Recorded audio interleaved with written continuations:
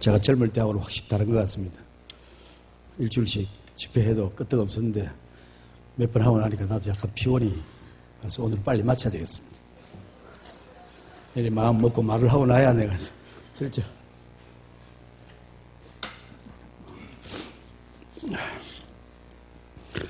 앉아서 하나님이 무엇을 말씀하실 건가 하는 생각하기 전에 오늘은 목사님 언제 마칠 건고 이런 생각을 하고 있으면 은혜가 안 될 것입니다. 그렇게 제가 오늘 할 수 있는 대로 빨리 마치려고 하니까 너무 긴장하지 말고 우리 주의 말씀에 잠시 동안이라도 집중을 좀 해볼 수 있으면 좋겠습니다. 지금 우리 사회는 위기다 그렇게 말을 합니다. 세계적으로도 위기 국면에 처해 있다 그런 이야기를 합니다. 신종 코로나 바이러스 코로나19 이름을 그렇게 지었다고 그러는데 2019년도에 발생한 바이러스 해서 코로나19 이게 공식 명칭으로 만들었다 그런 이야기를 듣습니다. 한 지역에서 중국의 한 지역에서 변종 바이러스가 나타나니까 온 세계가 흔들흔들합니다. 그야말로 지구가 하나의 촌락이다. 글로벌 빌리지 그런 표현이 수십 년 전에 나왔는데 정말 몸으로 느낄 수가 있습니다. 예전에는 어떤 나라에서 어떤 지역에서 일어나는 일로 그치는 일이 별로 없고 한 나라 한 곳에서 일어난 일이 온 세계의 일이 되어지는 그런 시대로 완전히 바뀌어가고 있다. 그것을 느끼게 됩니다. 어느 지역에서 일어나는 일은 순식간에 다른 지역에 전파되고 그것이 때로 공포로 다가오는 그런 상황입니다. 세계의 경제가 흔들흔들한다 그런 이야기를 듣는 요즘입니다. 곳곳에서 하여간 기상 변화도 급격하게 일어나고 북극의 얼음은 녹아내리고 러시아가 더워지는 이런 기후 변화가 일어나면서 앞으로 이 지구가 어떻게 될 거냐 하는 그런 염려를 하는 사람들이 많아지는 그런 때입니다. 세계가 굉장히 좁아지면서 여러 요소에서 쉽게 흔들리는 그래서 위험이 쉽게 다가오는 이런 상황을 우리가 보면서 도대체 이 세계를 흔드는 위기의 본질은 뭔가 그런 질문을 해보게 됩니다.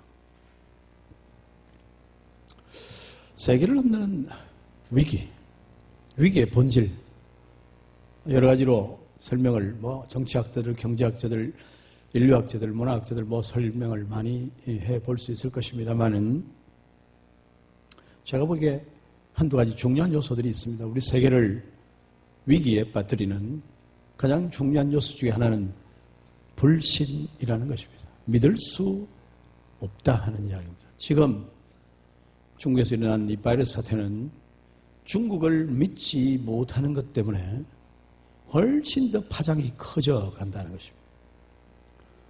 중국에서 1000명 죽었다는데 진짜 1000명이가 10,000명이 죽었는지 어떻게 아느냐? 확진 환자가 몇만 명 된다는데 몇만 명인지 몇십만 명인지 어떻게 아느냐?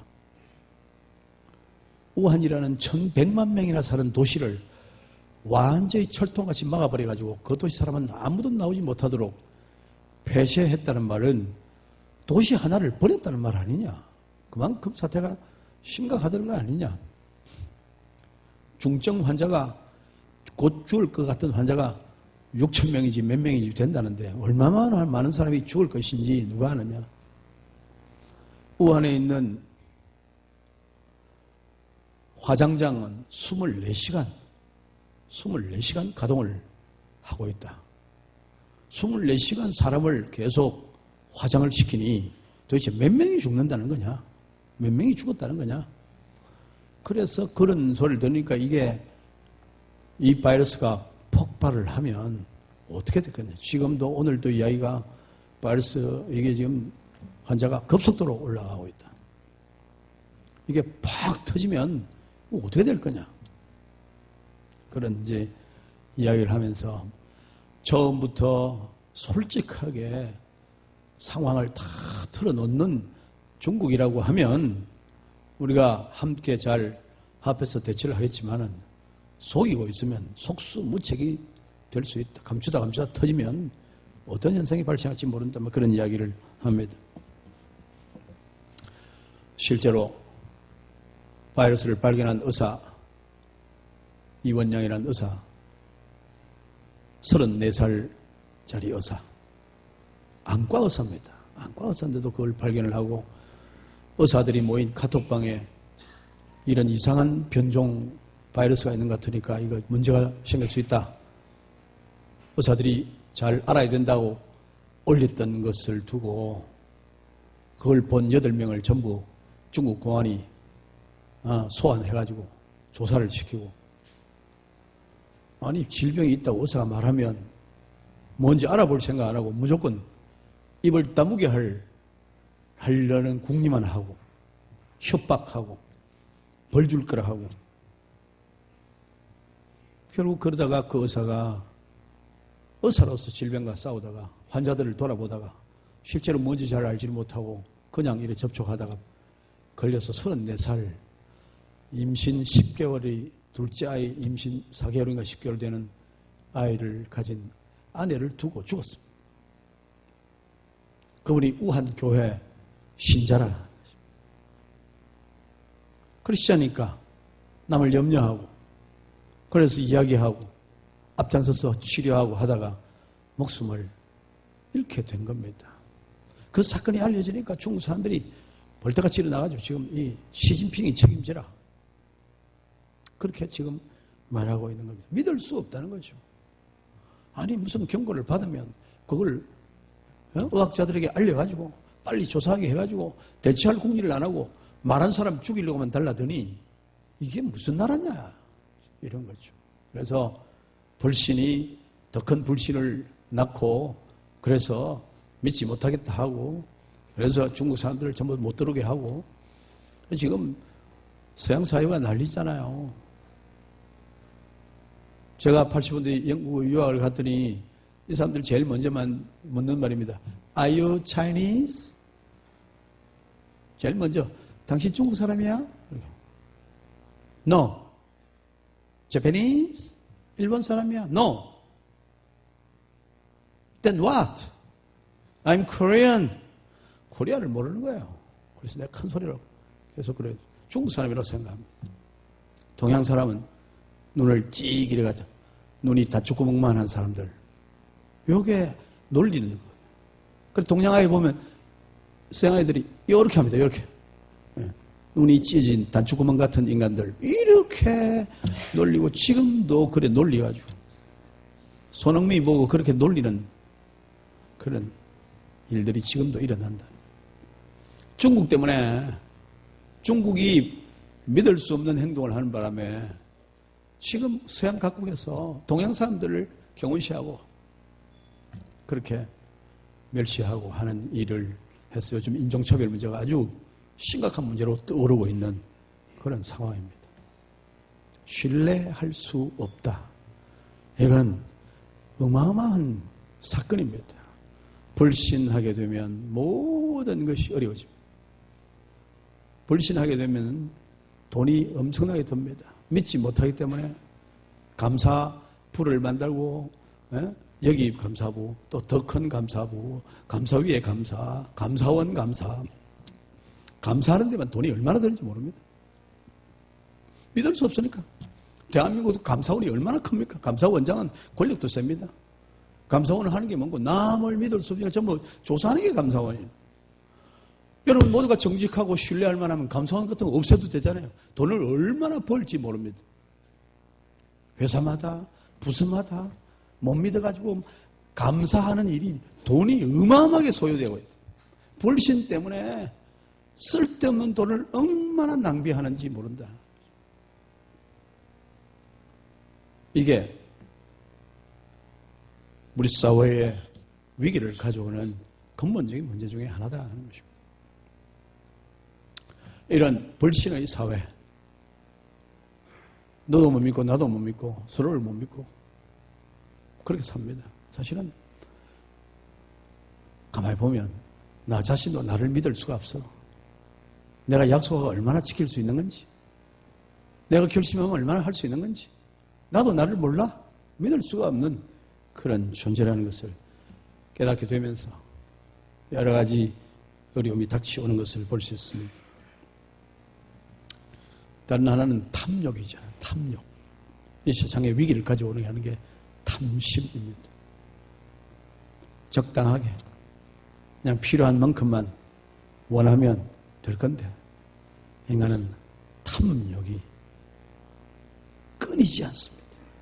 끊임없는 욕망, 탐욕이 사람을 사로잡아서 그 탐욕 때문에 탐욕을 이루기 위해서 거짓말을 만들어내고 사기를 치고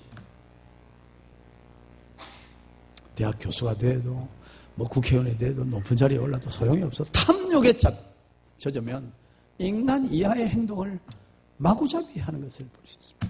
그래서 사회를 위기로 몰고 갑니다. 탐심에 젖으면 개인도 위기에 빠지고 가정도 위기에 빠지고 탐심에 젖으면 요즘 기생충이라는 영화가 세계를 아주 뒤흔들고 있는데 뭐 가만히 보면 그 영화 재밌는 영화예요. 작년에 나온 건데 좀 모르고 뭐 기생충이 뭐냐. 아카데미 상을 받길래 요새는 뭐 텔레비에 앉아가지고 그 영화 얼마든지 볼 수 있잖아요. 1700인가 하니까 볼 수 있더라고. 왜 뭐 제가 1700 들이가 봤습니다. 묘한 영화예요. 보통은 부자는 나쁜 사람, 욕심이 많고 그런 사람, 자기밖에 모르고 지독한 탐욕, 욕심쟁이 부자. 가난한 사람은 가진 건 없지만은 정직하고 순진하고 보통 그런 구도가 짜이는데 이 영화는 그런 일반적인 생각을 완전히 바꿔버렸다. 부자인데 순진하고, 야, 이 사람들 부자인데 착하잖아. 그러니까 그 부인이 부자가 되면 착해지는 거야. 부자가 착해집니까? 착해가 부자 안 됩니다. 아주 악착 같아야 되고 눈에 욕심이 이글이글해야 부자가 되는 건데. 근데 이 구도가 바뀌어버려. 가난한데 얼마나 상위성이 농후한지 온 가족이 사기꾼이라. 온 가족이 조국 생각이 난다 뭐 그래. 사기꾼 집단이야. 아버지, 엄마, 아들, 딸 전부 사기꾼들. 가난한데 순진하지 않고 사기꾼이고 부자인데 순진하고. 그래서 전혀 다른 설정을 해서 아주 세계 사람들에게 아주 공감을 일으켰습니다. 부자만 늘 악한 게 아니다. 가난해도 얼마든지 악할 수 있고 탐욕에 젖을 수 있고 사기를 치고 거짓말을 하고 욕망은 모든 사람에게 있는 거예요. 부자만 욕망이 있는 게 모든 사람이 욕망이 있고 어떤 사람은 욕망을 이뤘고 어떤 사람은 욕망을 못 이뤘고 그 차이지. 모든 사람이 욕망에 젖어 살고 있다. 그것이 결국은 살인에 이르고 그것이 인생을 낭패, 패망 속으로 끌고 간다. 그런 메시지를 보여주고 있었습니다. 불신, 믿지 못함이 인간을 위기로 끌고 가고 탐욕이 가득하니까 자기만을 위해서 남도 쏘이고 자기도 속이고 마구잡이 속이면서 욕심을 채우려 하니까 인류는 위기 속으로 빨려 들어가게 된다 하는 것을 우리는 쉽게 그냥 관찰만 조금 하면 바라볼 수가 있습니다. 그러면 이런 세상을 우리가 어떻게 살아야 되는가 하는 질문을 하게 되는 것입니다. 어떻게 살아야 되나? 이런 불신의 세계, 이런 탐욕의 세계, 욕망으로 이글거리는 이런 세계 속에서 하나님의 사람들은, 그리스도인들은 어떻게 살아야 할 것인가? 하나님 우리에게 어떤 삶을 살도록 요청하고 계시는가? 하나님은 어떤 얼굴로 우리에게 나타나셔서 어떤 사람이 되라고 하시는가? 성경 읽으면서 그 대답을 찾으려고 우리가 해야 되는 것입니다. 대답을 찾아내야 되는 것입니다. 하나님이 도대체 뭐라고 말씀하시는지, 하나님의 얼굴을 보면서 하나님이 뭘 요청하고 계시는지를 읽어내야 한다 그 말입니다. 이 세상을 살아가는데 가장 중요한 요소가 무엇인가? 우리가 오늘 본문 읽었습니다. 히브리서 11장 6절 뭐라고 그랬죠? 다시 한번 같이 읽어보겠습니다. 믿음이 없이는 하나님을 기쁘시게 하지 못하나니 하나님께 나아가는 자는 반드시 그가 계신 것과 또한 그가 자기를 찾는 자들에게 상 주시는 이심을 믿어야 할지니라. 아멘. 하나님의 사람은 하나님을 기쁘시게 하는 사람이 되어야 되는 겁니다. 그러려면 뭐가 필요하냐? 믿음이 없이는 하나님을 기쁘시게 할 수 없다. 그러니까 하나님이 백성이 살아가야 할 가장 중요한 삶의 방법은 뭐냐? 믿음으로 사는 것이다. 믿음으로 살아야 된다. 믿음이 없이는 하나님을 기쁘시게 할 수 없다. 하나님께 나아간 자는 하나님이 계신 것과 그가 저희를 찾는 자에게 상 주시는 이심을 믿어야 할지니라. 하나님을 바로 알아서 믿음으로 살 때에 살 길이 생긴다. 그런 이야기입니다. 그 궁극적인 믿음의 모습을 우리 로마서 1장 17절에서 읽을 수 있잖아요. 로마서 1장 17절은 우리가 다 암송할 수 있는 것입니다. 복음에는 하나님의 의가 나타나서 어떻게 해요? 믿음에 이르게 하나니 오직 의인은 믿음으로 말미암아 살리라 함과 같으니라. 오직 의인은 믿음으로 말미암아 살리라. 영적으로 사는 길도 믿음으로, 육신적으로 살아가는 길도 믿음으로. 믿음은 영육 간의 삶의 가장 중요한 원칙이 된다 하는 것입니다. 믿음이 없이는 구원함을 얻을 수도 없고 믿음이 없이는 하나님을 기쁘시게 할 수 없기 때문에 우리가 이 땅 위에서 기쁨을 누리지도 못한다 하는 거예요. 그러니까 이 믿음이라는 것이 영육 간의 우리의 삶을 위하여 가장 중요한 요소다. 믿음이 가장 중요한 요소다.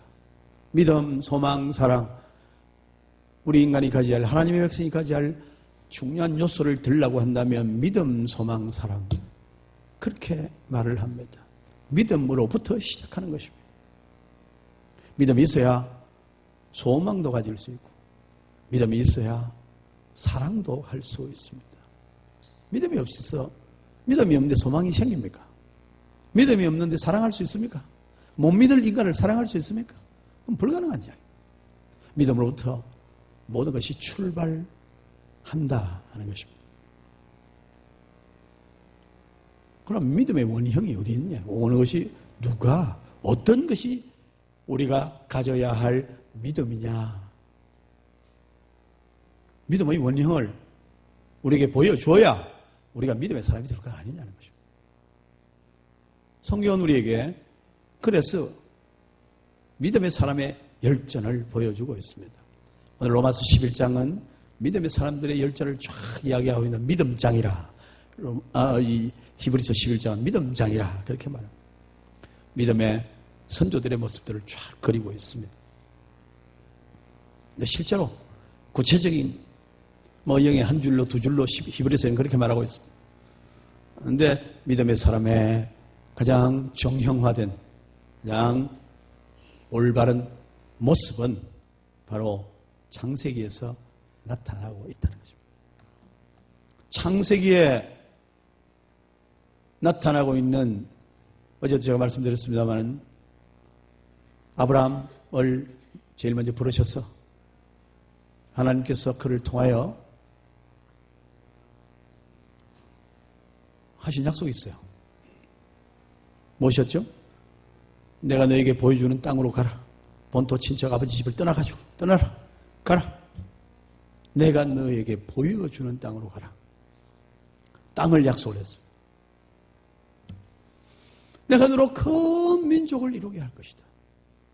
큰 민족 이루게 하겠다. 내가 너를 축복하는 자를 축복하고 너를 저주하는 자를 저주할 것이다. 무슨 말이죠? 하나님이 아브라함과 아브라함의 자손을 자기와 동일시하겠다는 겁니다. 아브라함에게 한 건 곧 내게 한 것이다. 아브라함의 자손에게 한 것은 곧 내게 한 것이다. 저 사람 아브라함 자손을 아브라함을 축복하면 내가 그를 축복한다. 나한테 한 것과 똑같기 때문에 내가 축복을 해준다. 아브라함을 저주하면 나한테 저주한 것이기 때문에 내가 그를 저주할 것이다. 하나님이 아브라함과 동일시 하셨습니다. 여러분, 우리가 주님의 은혜를 입고 구원의 백성이 된다는 말은 무슨 말입니까? 예수님이 너희는 나의 친구라. 동료다. 동일시한다. 네하고 내하고 똑같다 이 말이에요. 엄청난 겁니다. 엄청난. 동일시한다니까요. 우리가 예수님하고 동일한 자리에 오른다는 그 말입니다. 이게 아주 굉장한 것이죠. 그 창세기 제가 이야기해 줬을 때 12장 1절에서 3절이 성경의 가장 핵심적인 구절이다. 성경은 이 석절을 중심으로 돌아가고 있다. 그것을 설명하는 것이 구약이고 신약이다.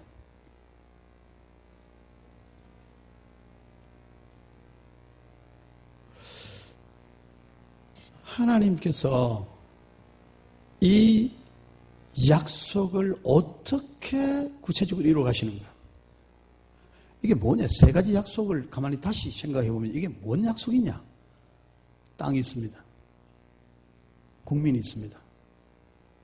하나님의 권위를 아브라함에게 주겠다는 거죠. 하나님의 권세를 가지는 거예요. 국민이 있습니다. 땅이 있습니다. 하나님의 권세가 있습니다. 이게 뭐예요? 여러분, 초등학교 다닐 때 배운 거 있죠? 초등학교 다닐 때 국가의 3요소 뭡니까? 국가의 3요소. 9시 마치려고 그랬더니 힘드네. 내만 결심해가 되는 일이 아니고 여러분도 함께 결심을 해야 돼요. 영토, 국민, 주권. 그렇죠. 하여간 학교 다닐 때 초등학교를 좋은 데를 나와야 됩니다. 중학교, 고등학교, 대학교는 마음대로 나와도 괜찮아요. 초등학교는 좋은 데를 나와야 돼. 돈이 들어도 좋은 데를 나와야 계산도 하고 국가의 3요소도 알고 가장 기본적인 초등학교 때 다 배우는 거라. 그거 잘해놓으면 남이 사는 인생 사는데 별로 불편함이 없어요. 초등학교만 졸업하면 불편함이 별로 없어. 다 할 수 있어. 근데 초등학교는 아무 때나 다니고 좋은 중학교, 고등학교 간다고 해봐야 되는 일이 아니에요. 국가의 3요소죠. 창세기 12장 1절에 3절은 뭐냐? 국가의 3요소가 있어. 영토, 땅을 주겠다. 국민, 큰 민족을 이루어져 있다. 주권, 하나님의 권위를 아브라함에게 주겠다는 거예요. 하나님이 할 수 있는 권위를 가진다. 힘을 가지는 거예요. 그게 뭐냐? 하나님의 나라입니다. 아브라함에게 약속한 게 뭔가 하면 하나님의 나라를 세우도록, 이루도록 그렇게 약속하신 거예요. 하나님의 나라. 이게 성경의 가장 큰 주제 중에 하나입니다. 어디를 파도 하나님의 나라 이야기입니다. 에덴 동산에부터 하나님의 나라가 이루어집니다. 인간이 범죄함으로 실패했어. 노아를 통해서 해보려는데 날 때부터 악해가지고 일이 안 돼. 그래서 아브라함에게 본격적으로, 구체적으로, 실제적으로 나라를 이루는 과정을 만드시겠다. 그래서 지금 나라가 세워가고 나중에 여호수아 가면 여호수아서 가면 나라가 세워지고 사무엘 가면 나라가 왕국으로 바뀌고 그리고 다윗, 솔로몬 가면 아주 강대한 나라가 되고 그러다 그게 오래 못 가고 나라가 나누어지고 나라가 깨지고 나라가 빼앗기고 나라를 잃어버리고 포로가 되고 그래가지고 막 역사가 희미해지다가 다시 시작시에 주님이 오셨어. 회개하라. 천국이 가까웠느니라. 하나님의 나라가 가까웠다. 하나님 나라. 이제 전혀 다른 형태의 하나님 나라. 이스라엘은 물리적으로 하나님 나라를 이루었는데 이제 그거는 실패하고, 그거 아니고, 예수님이 중심이 된 하나님의 나라, 가까웠다. 그 하나님 나라를 예수님이 성취하신 다음에 성령을 보내셔서 교회를 세우셨어. 교회라는 이름으로 새로운 형태의 하나님의 나라를 펼쳐가신. 예루살렘에 시작한 하나님의 나라가 쫙 펼쳐서 유럽으로 가서 마침내 아시아로 건너와서 극동까지 이르는 하나님 나라가 편만해지는 그 역사가 사도행전을 비롯해서 쫙 서신서에 나타나는 겁니다. 곳곳마다 나라가 세워지는 교회를 통해서 나라가. 그리고 마침내 요한계시록 21장, 요한계시록 22장까지인데 21장 탁 하면 뭐죠? 22장 1절. 내가 보니 뭐가 있습니까? 새하늘과 새 땅. 새하늘과 새 땅이 나타나. 요한계시록 21장. 야, 우리 시간이 바빠도 오늘 읽으려고 마음먹은 건 아닌데 읽어봐야 돼. 요한계시록 21장. 성경의 맨 마지막에 21장. 같이 읽습니다. 시작.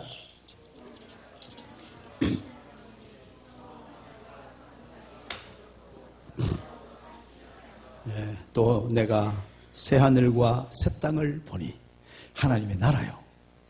완전히 다른 새하늘과 새 땅. 전혀 다른 하나님의 디자인대로 지어낸 새로운 나라. 그게 궁극적인 목표라. 알고 보면 하나님 나라 창세기 에덴 동산을 시작해가지고 요한계시록 끝에까지 목표가 뭔가 하면 하나님의 나라예요. 나라. 인간의 탐욕으로 실패한 나라. 예수 그리스도로 말미암아 새롭게 해서 마침내 새 하늘 새 땅으로 하나님의 나라를 펼쳐가는 것이 성경이 말하고 있는 핵심 주제입니다. 성경 전체 뭐냐? 하나님의 나라를 보여주시고 세워가시고 완성해 가시는 그런 과정을 우리가 볼 수가 있다 하는 것입니다. 이 하나님의 나라의 원형, 그것이 창세기 오늘 창세기부터 나타나는 거예요. 하나님의 나라를 위해서 가장 필요한 것이 뭐냐? 가장 필요한 것이 믿음의 사람이 필요한 거죠. 믿음의 사람. 하나님의 나라를 이 땅에 이루려고 하면 무엇보다도 믿음의 사람이 있어야 하나님 나라를 세우는 거예요. 그러니까 하나님 나라의 중심적인 주제는 믿음의 사람을 찾아 세우는 것이다. 창세기는 바로 그것을 우리에게 보여주고 있습니다.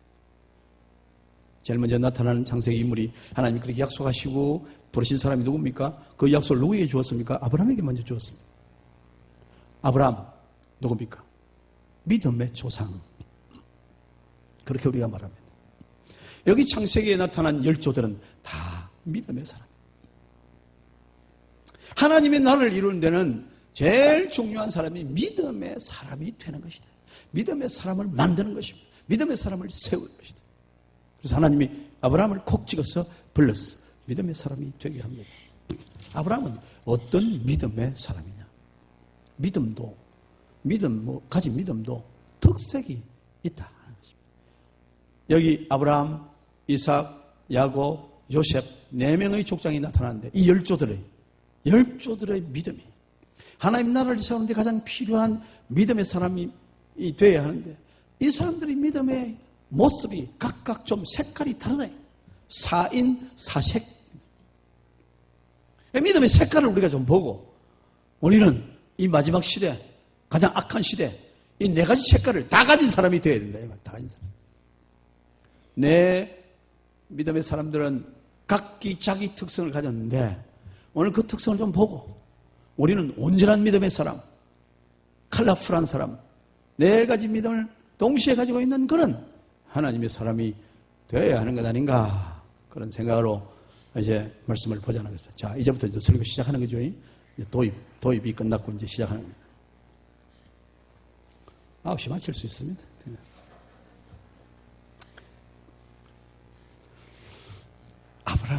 아브라함은 어떤 믿음의 사람인가 하는 것입니다. 아브라함은 창세기 12장에 우리가 그 모습을 볼 수가 있습니다. 하나님이 아브라함에게 말씀하십니다. 너는 떠나가라. 너는 가라 하고 아브라함에게 하나님이 말씀하십니다. 이거 여러 가지를 살펴볼 수 있지만 시간이 없으니까 그래 못하고 아브라함에게 이르시되 너는 너의 고향과 친척과 아버지의 집을 떠나 내가 네게 보여줄 땅으로 가라. 하나님은 아브라함에게 알지도 못하는, 어디로 가는지 갈 바를 알지 못, 히브리서는 나중에 갈 바를 알지 못하고 떠났다 그랬습니다.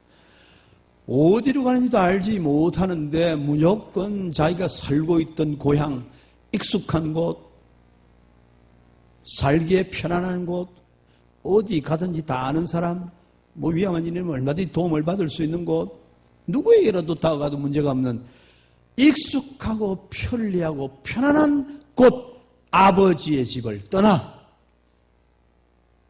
내가 너에게 보여주는 그 땅으로 가라. 어떤 믿음을 가지라고 하는 겁니까? 아브라함은 모험적인 믿음을 갖도록 요청받습니다. 모험을 시도하라. 도전하라. 도전적 믿음. 모험적인 믿음을 가지라고 하나님께서 처음부터 아브라함에게 도전합니다. 알지 못하는 곳, 어디 가서 무슨 일을 만나는지 전혀 알 수 없는 그런 상황에서 무조건 가라. 갈 바를 알지 못하는데 가라. 언젠가는 너에게 어디서 살아야 할지를 보여줄 테니까 무조건 가라. 믿음으로 가라. 그 말입니다. 도전적인 믿음으로 가라. 모험적인 믿음으로 가라. 그렇게 하나님이 아브라함에게 명령하고 있는 것을 볼 수 있습니다. 하나님 우리에게 요청하시는 믿음, 하나님의 나라를 위해서 살아야 할 우리가 가져야 할 믿음, 그 첫 번째 모습은 모험적인 믿음을 가져야 된다는 것입니다. 믿음은 그 성격상 모험심을 동반하고 있는 것이다. 믿음은 안전을 추구하는 그런 요소 아닙니다. 믿음을 가진 사람은 도전하게 되어 있다. 믿음을 가진 사람은 모험적이게 되어 있다. 우리 시대에 가장 믿음이 가장 좋은 사람은 뭐 합니까? 선교사로 가는 것입니다. 선교사로 가는 것입니다. 선교사 가는 일이 쉽습니까? 나이 들면 부모님들이 다 있는데 선교사에게 제일 걱정은 부모님이에요. 요즘 애들 하나 둘밖에 없는데 내가 가버리면 부모님을 누가 돌아보나? 아프면 어떻게 하나? 늘 조마한 마음으로 떠날 때는 이 어떻게 될 건지. 그래서 선교사들이 늘 가슴 졸이면서 살고 있습니다. 모험적이지 않은 사람은 선교사로 갈 수가 없는 거거든요. 지금도 모험이 필요한 시대. 아브라함은 모험의 사람이었다. 여러분 평생 그랬습니다. 떠날 때도 그랬습니다. 롯을 데리고 왔습니다. 어제도 이야기했잖아요. 어쨌든 자기 안위를 위해서 롯을 데리고 오는 것입니다. 나이 75세 되더라 아무도 없는데 모르는 땅에 가가지고 둘이 살다가 어려움을 당하면 어떻게 하느냐. 누군가가 다음 세대가 나를 돌봐줘야 돼. 아들이 없으니 자녀 아무도 없으니 조카를 데리고 떠나는 거예요. 조카 같이 가자. 꼬드기 가지고 조카를 의지하는 거예요.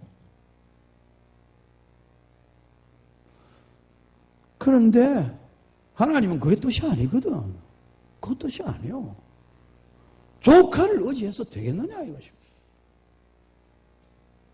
너의 몸에서 난 자라야 내 뒤를 잇는 자가 되는데 어디 조카를 의지하냐. 조카를 떼내도록 합니다. 목자끼리 싸웁니다. 할 수 없이 헤어지도록 합니다. 그래서 조카 내가 좋은 대로 해라. 네가 좌하면 내가 우하고 네가 우하면 내가 좌한다. 그래서 용감하게 결별하도록. 조카 없어도 그냥 산다. 조카 없이 산다. 결별하도록. 하나님이 결별하라고 하니까 결별하는 것입니다. 갈대우리를 떠날 때처럼 하란을 떠날 때처럼 조카하고도 헤어져서 이제 단독자로 하나님 앞에서는 모험을 사실은 시작한 것이라 그렇게 할 수 있습니다. 백세에 얻은 아들, 청년이 된 아들 이삭을 바치라고 합니다. 어떻게 그 아들을 바칩니까? 여러분 생각해 보세요. 나는 절대 못 바칩니다. 절대 못. 하나님 자신에게 모순이야. 내 몸에서 날 아들을 통해서 큰 민족을 이루라 했단 말이야.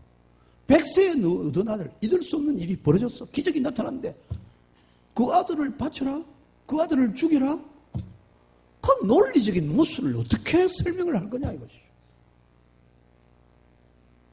할 수 없는 일 아닙니까? 상식으로는 도무지 할 수 없는 일입니다. 근데 아브라함은 하나님 명령을 듣고, 제가 볼 때는 아내에게도 이야기 안 했어. 아내 이야기 안 했어. 그걸 어찌 하는 줄 압니까? 마음이 변할까 싶어서 밤에 자고 아침 일찍 일어났습니다. 아침 일찍. 미적미적 하다가는 또 아내하고 이야기하다 어디 가는데 묻고 이러면 또 뭔 마음이 변할지 모르니까 아침 일찍 일어났어. 아침 일찍 일어나다 하는 성경에 그 단어가 있습니다. 그래서 데리고 창세기 22장 3절에 보면 아브라함이 아침에 일찍이 일어나 나귀의 안장을 저고 새벽부터 출발하는 거예요. 마음의 결심을 흐트리지 않기 위해서. 해 뜨면 생각이 달라질까 싶어서 아예 일찍 일어나서 그냥 아들을 데리고 아들을 죽이기 위해서 출발하는 그런 아브라함의 모습을 우리는 22장에서 읽을 수가 있습니다. 아브라함은 믿음이 처음부터 크게 있는 사람이 아닌 것 같은데 그는 모험을 점점 모험심을 키워가고 있습니다. 믿음을 확대해 가고 있는 그런 모습을 우리는 보게 된다는 것입니다. 과감하게 고향 떠나고 과감하게 조카와 헤어지고 과감하게 아들을 드릴 생각을 합니다. 어떻게 얻은 아들인데. 그러나 하나님이 요청하시는 모험적인 믿음으로 살아가기 위하여 그렇게 행동하는 것을 볼 수 있습니다. 여러분, 신앙은 모험입니다. 신앙은 모험입니다. 하나님의 백성들의 삶은 모험적인 믿음의 바탕을 준 삶이라는 것입니다. 우리 고신교회는 모험적인 믿음의 사람들이 세운 교회입니다. 여러분, 한국 교단이 많고 그렇지만은 고신교회의 성도가 됐다는 사실을 매우 자랑스럽게 생각하고 감사하고 자신감을 가져야 됩니다. 얼마나 엄청난 은혜인지 알지 못한다는 것입니다. 일제시대 일본이 천황을 왕으로 신으로 선전하고 그래서 대한민국을 이 조선 땅을 일본의 속국으로 완전히 변신시키기 위해서 시사참배를 강요했습니다. 그런데 교회가 얼마나 반대를 하는지, 교회가 반대를 하니까 교회의 반대를 무너뜨리게 하기 위해서 얼마나 애를 썼는지 모릅니다. 그래서 여러분 역사를 읽어보면 일본 사람들이 진짜 고약하게 했습니다. 한국의 교회를 어떻게 했느냐. 교단들이 장로교, 감리교, 침례교, 성결교 여러 가지 교회들이 있는데 그 교회를 일본이 몽땅 하나로 만들었습니다. 하나로. 조선 기독교 하나로 딱 만들었어요. 나중에 1944년에 되면요, 그것을 한국 교회를 없애버립니다. 일본 기독교, 조선 교단, 모든 교파를 하나로 묶어가지고 조선 교단 해가지고 일본 기독교를 집어넣어버려요. 1944년도 해방 1년 전에는 대한민국 땅에 이 땅에는 한국 교회가 없어. 일본 기독교에 조선 교단만 있었습니다. 그래가지고 자기의 통치 아래 두고 이걸 마음대로 조정하고 신사참배시키고 그런 일을 자행했습니다. 철저하게 한국 교회를 짓밟았습니다. 그럴 때 우리 믿음의 사람들은 아무리 그렇게 해도 총회를 통해서 신사참배하도록 가결을 하고 그건 종교가 아니고 그건 신에게 하는 게 아니고 그거는 국가 의식으로 하는 것이다. 그는 속임수를 갖고 그래 해도 끝까지 반대하신 분들이 있었습니다. 북한의 이기선 목사님, 남쪽의 한상동 주남선 목사님, 이런 분들은 반대만 한 것이 아니라 반대 운동을 펼쳤습니다. 주기철 목사님은 반대 운동은 하지 않으셨어요. 자기 혼자서 끝까지 거부하고 회유하기 위해서 집으로 돌려보내면 만신창이 돼가지고 고문을 받아가 만신창이 집에 갑니다. 집 앞에서 사모님 오정모 여사가 나옵니다. 목사님 어떻게 왔어요? 가라 해서 왔다. 목사님 가라 한다고 옵니까? 가란 말은 집에 가서 편안하게 있으면 마음 변해가지고 시사참배 찬성할 거라 그런 생각으로 보내는데 그걸 믿고 옵니까? 다시 가세요. 에? 주기철 목사님 사모님은 고문받아가 만신창이 된 몸을 이끌고 집으로 돌아온 목사님을 대문 밖에서 다시 돌려보냈어요. 다시 가세요. 목사님 약해져서 항복하도록 만드는 건데 어디 돌아오십니까? 여러분, 우리 믿음의 선지들은 얼마나 도전적인 모험적인 신앙을 가는지 모릅니다. 그래서 목숨 걸고 반대했습니다. 한상도 목사님은 온 경상도 일대를 돌아다니면서 시사참배하면 안 된다. 그런 교회는 가지 마라. 그래 반대 운동을 펼쳤습니다. 잡혔잖아요. 40년대 일제히 잡아들였습니다. 그래서 전반 반대 운동하신 분들이 5년 동안이나 다른 감옥에 넣어놓으면 각각 흩어놓으면 거기서 또 다른 사람들 설득하고 이러기 때문에 한쪽에 한 곳에 모두 평양이 다 집어 불러 들여가지고 한쪽에 한 곳에 한꺼번에 집어넣었습니다. 그러면서 그렇게 5년간을 감옥살이를 시키면서 그렇게 힘들게 만들었습니다. 여러분, 옛날 감옥이 뭐가 있겠습니까? 먹을 것이 제대로 되겠습니까? 뭐가 되겠습니까? 한번 상상을 해보세요. 일제시대의 감옥이 어땠을 건가? 그냥 감옥 있었다니까 막 감옥, 요새 뭐 텔레비도 보고 신문도 보는 감옥 아닙니다. 그런 감옥 생활을 목사님들이 5년씩이나 그렇게 했다. 손양호 목사님, 기념관이 2군데 서 있습니다. 여수하고 경상도 함안에하고 2군데 기념관이 있습니다. 경남 함안에는 생가 실원이라는 곳에 생가를 복원해가지고 거기 옆에 기념관을 세워놨습니다. 교회가 한 15억 정도 모금을 해가지고 그렇게 했습니다. 이번에 제가 지난 2월 4일날 사단법인 산돌 손양원 기념사업회 제가 회장을 맡았습니다. 이 아름다운 신앙을, 그 역사를 좀 사람들에게 보여주고 후손들에게 알려야 되겠다. 함안군 국비를 들여가지고 50매덕을 들여서 그 건물을 잘 지었습니다. 함안군수 불신자인데 불신자가 손양원 목사님에 감동해가지고 불신자가 감동을 해가지고 이 군수가 돈 있는 사람이야. 자기 월급도 안 받아. 군수 월급도 안 받아. 그러면 자기가 앞서가지고 도비, 구비 다 땡겨가지고 그 건물을 지었습니다. 또 우리도 얼마 돼야 되니까 10억 들여가지고 내부 장식을 하고 하는 일을 했습니다. 지금 아주 아름답게 세워져 있습니다. 불신자들이 감동을 합니다. 손양호 목사님 이야기 듣고 감동을 합니다. 시한삼배 압력을 받으면서 우리 손양호 목사님은 끝내 거부하다가 감옥 가서 1년 6개월 감옥살이 했습니다. 나왔습니다. 또 반대 운동을 하니까 영구적으로, 영원히 그냥 무기징역으로 집어넣어 버렸습니다. 근데 해방이 됐습니다. 해방되어서 그 나환자들을 돌본다고 여수에 애양원의 나환자를 돌보고 있는데 48년도에 여수 순천 반란 사건이 나면서 공산당들이, 빨갱이들이 나타나가지고 예수 믿는 사람들을 얼마나 핍박을 했는지. 그래서 손장호 목사님의 두 아들, 동인이 동신이 두 아들, 고등학생 두 아들을 이 공산군이 총을 쏴서 죽였잖아.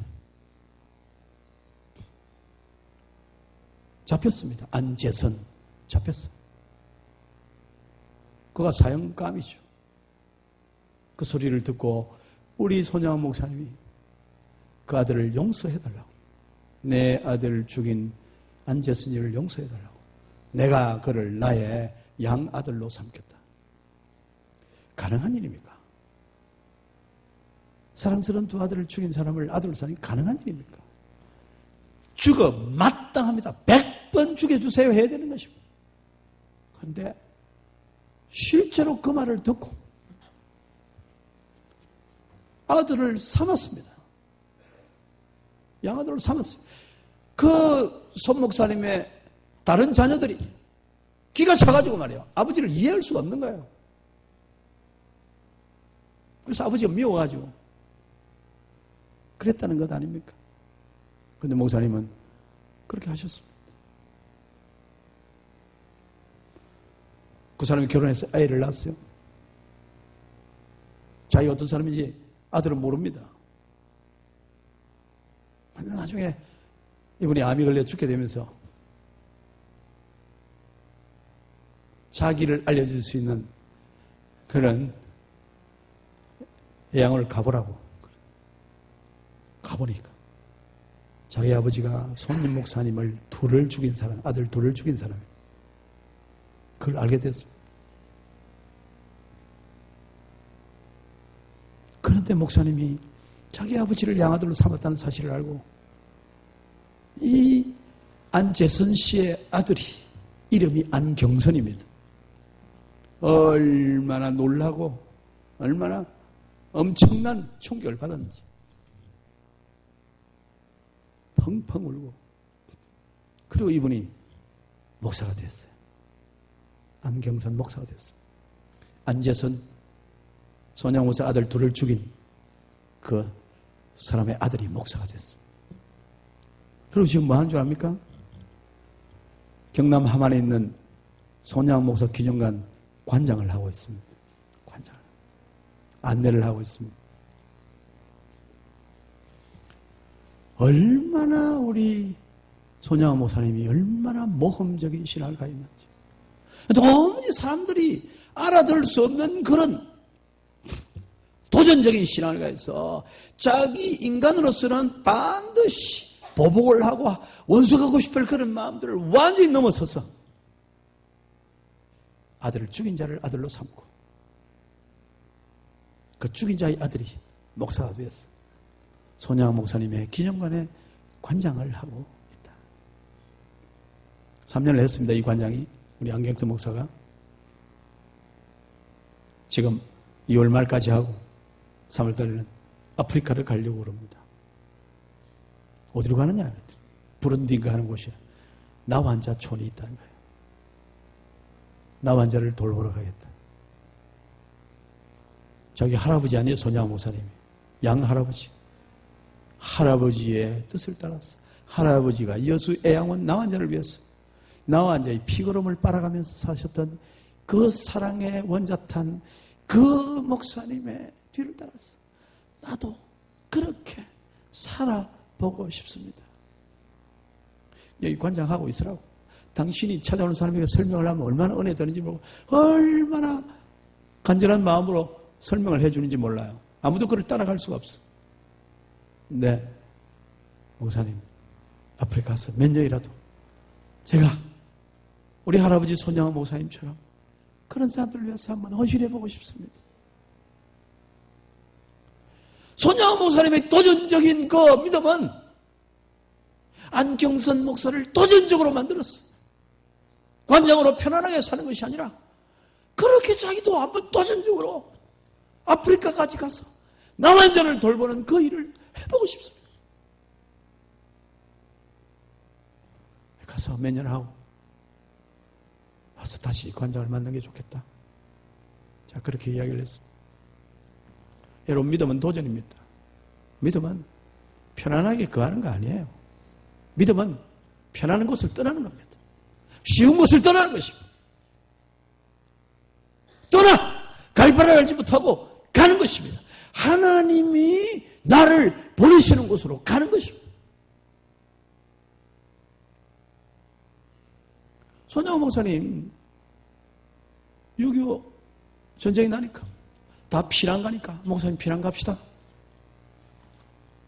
시자 참배 반대하느라고 일제시대 그 고생을 했는데 아들도 죽었는데 피난 갑시다. 목사님이 못 간다.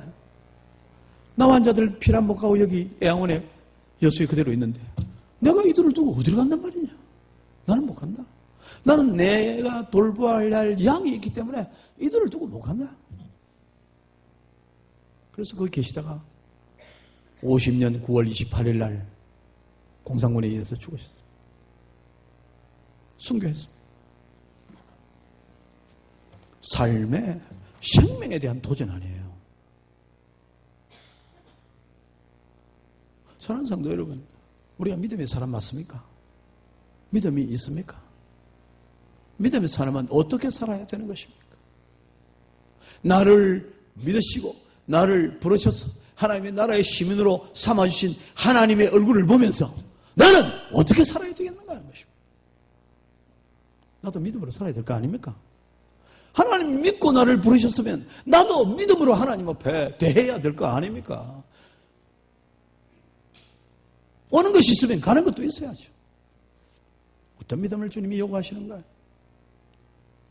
도전적인, 모험적인 그런 믿음이 필요하다는 것입니다. 지금도 여전히 믿음이, 모험적인 믿음이 필요합니다. 오늘 한국 교회는 지금 패배주의에 젖어 있는 것 같습니다. 뭐가 안 된다. 인구는 줄고 아이들은 더 줄고 뭐가 안 된다. 이러다 큰일 났다. 그냥 밤낮 동동 구르고 뭐 안 되는 것처럼 그렇게 생각을 하고 있습니다. 뭐가 안 되는 겁니까? 안 되는 겁니까? 안 해보는 겁니까? 저도 용감하고 그렇지만 세월은 속일 수가 없어요.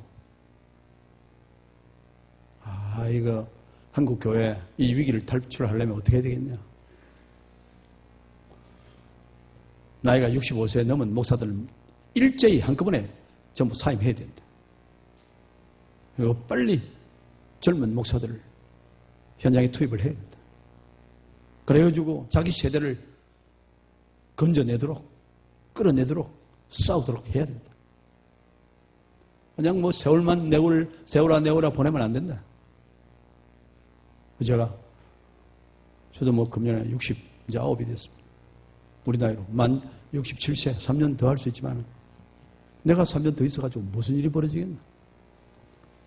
젊은 다음 세대가 담임이 되어서 젊은 세대를 붙들고 죽이 되든 밥이 되든 하여간 죽도록 싸워야 되는, 그렇게 해야 되겠다. 그래서 내가 그래 하고 싶다 선포를 했습니다. 그만두는 것도 모험이에요. 시대를 알고 내가 어떻게 해야 될지 아는 것도 모험입니다. 하나님의 나라, 하나님의 교회, 하나님의 영광을 위해서 떠날 때는 떠날 줄을 알아야 되는 것입니다. 그냥 나를 위해서, 자기를 위해서 머뭇거리면 되는 일이 아니다. 우리 앞선 하나님의 사람들은 목숨 걸고 도전했습니다. 목숨 걸고 모험을 했습니다. 그래서 돌파했습니다. 돌파하는 믿음이 필요하다는 거죠. 조금 힘들다고 주춤거리고 물러서고 그렇게 해서는 안 돼요. 아브라함에게 떠나라 할 때 하나님 어디로 가라는 것이고 말씀 무슨 문제 해주세요. 어디로 가는데요. 그래 내가 어디로 갈지 뭘 타고 갈 건지 어디로 갈 건지 알 거 아닙니까? 어딘지 이야기를 하세요. 거기는 어떤 사람이 종려 사는지 공부를 좀 해보고 거기서 살아나려면 뭘 준비해야 될지 뭐 좀 해보고 가야 될 거 아니에요. 뭐 어디로 가는데요. 이래 물어봐야 될 거 아닙니까? 아무것도 없습니다. 전능하신 하나님, 천재 창조이신 하나님, 나를 지으신 하나님이 가라 하시면 아멘 가는 것입니다. 도전을 해보는 것입니다. 오늘 한국교회가 이 도전력이 떨어졌습니다. 돌파할 생각이 별로 없습니다. 머뭇거리고 있다. 요새 광화문에서 열심히 집회하는 정광 목사에 대해서 찬반양론이 많습니다. 목사님들도 많고 목사님 그 정광 목사 어떻게 봐야 되는데요? 묻는 사람도 많고 그렇습니다. 그분의 개인에 관한 이야기, 뭐, 그분의 가진 생각, 동의하거나 뭐 하거나 막 그건 놔두고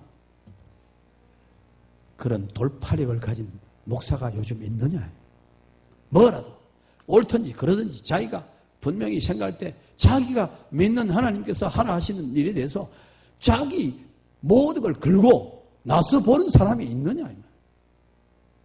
그것만 집어먹고 그냥 엎드려가지고 그렇게 사는 삶이 그럼 되겠느냐. 잘 됐든 못됐든 그가 어쨌든 자기 소신을 밝히고 애를 써보는 그런 노력은 목사들에게 있어야 될 거 아니냐. 목사가 비겁하게 숨어서 어떻게든지 아무 상관없고 나면 편하면 되고 그런 사고를 하면 되겠느냐. 동성결혼 허용이라는 것은 하나님의 창조 질서를 파괴하는 절대로 용납할 수 없는, 그게 무슨 진보 보수의 문제가 아니라 그건 하나님의 절대 원리에 관한 문제입니다. 가정이 무너지면 사회 구조 전체가 다 무너지는 것입니다. 어디에 거기에 중립지대가 있느냐. 돌파를 해내야 되는 거예요. 우리 동네 국회의원이 더불어민주당 전재수라고 우리 문재인 대통령 옛날부터 같이 있었던 사람이에요. 저한테 와서 세례를 받고 우리 동네에서 국회의원 되려면 내한테 와서 잘 보여야 된다 이 생각을 하는 거예요. 기어왔어요. 목사님, 내 이 교회 출석하려합니다. 그거 와봐라. 그래가지고 세례까지 베풀었습니다. 국회의원 됐는데 막 집사 이름도 붙여줬어요. 자기가 없는데 붙여줬어요. 요새 조금만 하면 내가 전화하고 문자 보내고 합니다. 당신 그래 살래? 그래 하면 되겠네. 네 입장이 뭐고?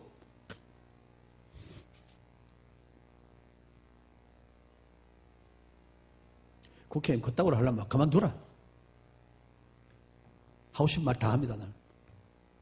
목사님 잘하겠습니다. 꾸벅 이래가지고 꾸벅 이래 붙여가지고. 요새 젊은 아이들 끝이 꾸벅. 사람 눈치 뭐 어느 편 필요 없어요. 하나님의 말씀에 맞느냐 틀리냐. 하나님의 요청이 있으면 돌파하는 거면 돌파. 누구든지 붙어보자. 누구든지 나오라. 한판 붙자. 이게 믿음의 사람의 모습이야. 비겁하게 뒤에 숨어서 얼쩡거리고 그러면 안 된다. 아브라함은 가라. 떠나라. 그냥 떠납니다. 어디로 가는지도 모르고 갑니다. 막 가보자. 한판 붙자. 믿음에 썩이 있는 것도 아닌데도 그런 모습을 보였던 것을 볼 수 있습니다. 목회하는 것도 모험입니다. 교회를 섬기는 것도 모험이 따라야 되는 것입니다. 내가 생각할 때 잘 안 될 일, 공연한 일, 힘든 일, 가만히 있으면 될 건데, 그냥 가만히 있어도 괜찮은데, 요 정도 하면 되는데, 뭘 또 하자고 불평하기가 쉬운 그런 우리 삶이에요. 왕궁 중부교회도 아주 그럴 수 있는 교회입니다. 내가 보니까. 땅도 몇천 평이 있지. 뭐 이만하면 되지. 또 뭘 어쩌려고. 목사님 막 가만 입 다물고 막 이대로 우리 잘 삽시다. 이대로 이래. 이대로 있으면 안 돼. 온 세상을 잡아먹을 듯이 살아야 돼. 한판 붙어야 됩니다. 하나님을 대하여 높아진 모든 세력들과 싸워 이겨야 되는 것입니다. 돌파를 해내야 되는 것입니다.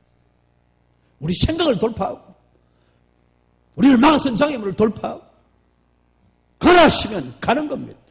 되는지 마는지 그거는 나중에 생각할 일이고 돌파해야 된다. 우리 아이들을 믿음의 사람으로 길러야 합니다. 우리 아이들을, 우리 자녀손들을 믿음의 사람으로 길러야 됩니다. 돌파 능력을 가진 아이들로 길러야 돼요. 머뭇머뭇거리는 사람이 아니고 돌파해낼 수 있다. 어려운 일을 오히려 더 즐거워할 수 있는 아이들로 길러내야 해요. 절대 주권자 하나님만 믿고 돌파한다. 돌파해야 된다. 방해하는 자들 나오라. 한번 보자. 이렇게 좀 돌파력이 있는 사람들로 키워내. 자, 용기도 없이 그냥 쩔쩔매는 인간들로 그냥 눈치만 보고 그냥 자기 좋은 것만 단물만 쏙쏙 빨려는 그런 사람 만들면 안 된다. 이런 아브라함에게서 이삭이 났습니다. 이삭은 맨 마지막에 한번 보겠습니다. 이삭에게서 야곱이 났습니다. 야곱이 어떤 사람입니까? 야곱도 믿음의 사람이에요. 야곱 어떤 믿음의 사람입니까?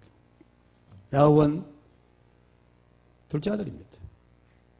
내 형의 축복을 빼앗습니다. 장자권을. 내가 장자 노릇한다. 근데 그 뒤에는 누가 있습니까? 그 엄마가 있어요. 엄마가 이미 하나님의 계시를 받았거든요. 엄마의 욕심, 엄마의 소원, 리브가가 아들에게 그런 마음을 주었습니다. 그래서 배고픈 형에게 팥죽 한 그릇 주면서 장자권 그거 내가 하자. 이렇게 꾀돌이같이 해가지고 기회를 노리다가 배고픈 배가 너무 고프다. 장자권 그게 뭔 소용이 있노? 지금 당장 배가 고픈데 네 해라. 그래가지고 장자권을 차지했습니다. 아주 야심만만한 야곱의 믿음은 야심적 믿음이에요. 목표한 바를 기어이 이루어내는 야심만만한 사람. 야심도 믿음입니다. 형님을 속였다가 장자권 빼앗아가지고 아버지 축복을 다 받아 채가로 채버렸습니다. 도망갔습니다. 라반의 집에 가가지고 외삼촌 집에서도 하여간 여삼촌을 요리조리 해가지고 여삼촌도 꾀가 있고 지도 꾀가 있고 서로 머리싸움 해가지고 마지막에 그래도 재산 챙겼습니다. 야반 도주. 기어이 내 몫을 챙기고 만다. 삼촌이 나를 속여? 좋다. 나도 한다. 이거죠. 하면 하는 사람이다. 그래서 얼룩무늬 말들 나게 해가지고 다 양들 챙겼습니다. 챙겨가지고 갖고 나가기가 힘들단 말이야. 외삼촌이 호락호락 하지 않으니까. 그래서 챙겨가지고 야반 도주, 밤에 도주하는 거야. 우리나라에 왜 야반 도주하는 사람 있잖아요. 빚내가지고 일하다가 밤에 싹 도망가는 사람. 야반 도주의 원조가 야곱이에요. 성경에 다 있습니다. 여러분 묻고 싶은 거 찾을 사람 다 있다는 성경에 다 있어요. 야반 도주의 원조 여기 있다. 야반 도주였어. 자기 목적을 이루기 위해서 하여간 호시탐탐 기회를 노리고 그리고 그 일을 이루어내는 그런 사람이었습니다. 야곱을 제일 잘 보여주는 거 어디도 이야기 들었지만 어디입니까? 야복 강가에서 야곱이 누군가를 제일 잘 보여줍니다. 형님이 원한을 풀지 않냐고 20년 착같이 그냥 동생 이놈 아버지께서 장자의 축복을 빼앗아간 놈 이놈 걸리기만 해봐라. 이렇게 계속 악감정을 가지고 있단 말이에요. 집으로 돌아가면서 사전에 야곱은 조사를 많이 해본 것 같아요. 형님의 제 마음이 어떻는가 다 알아봤어. 알아보니까 아직도 화가 안 풀렸다. 20년이 아니라 30년이 아니라 언제 지나도 안 풀렸다. 죽기 전에는 안 푼다. 동생 이놈 걸리기만 해봐라. 계속 있다. 그래서 전략을 짭니다. 어떻게 하면 형님의 마음을 녹일 수 있겠는가? 자기가 얻어가는 그 많은 목축, 육축들 때를 나눠가지고 1진, 2진, 3진 나눕니다. 그래가 가게 합니다. 가다가 누군가 나를 만나러 오면 형님이 나를 만나러 올 건데 이게 뭐냐? 이렇게 물으면 동생 야곱이 형님에게 드리는 선물입니다. 이렇게 이야기해라. 필요 없어?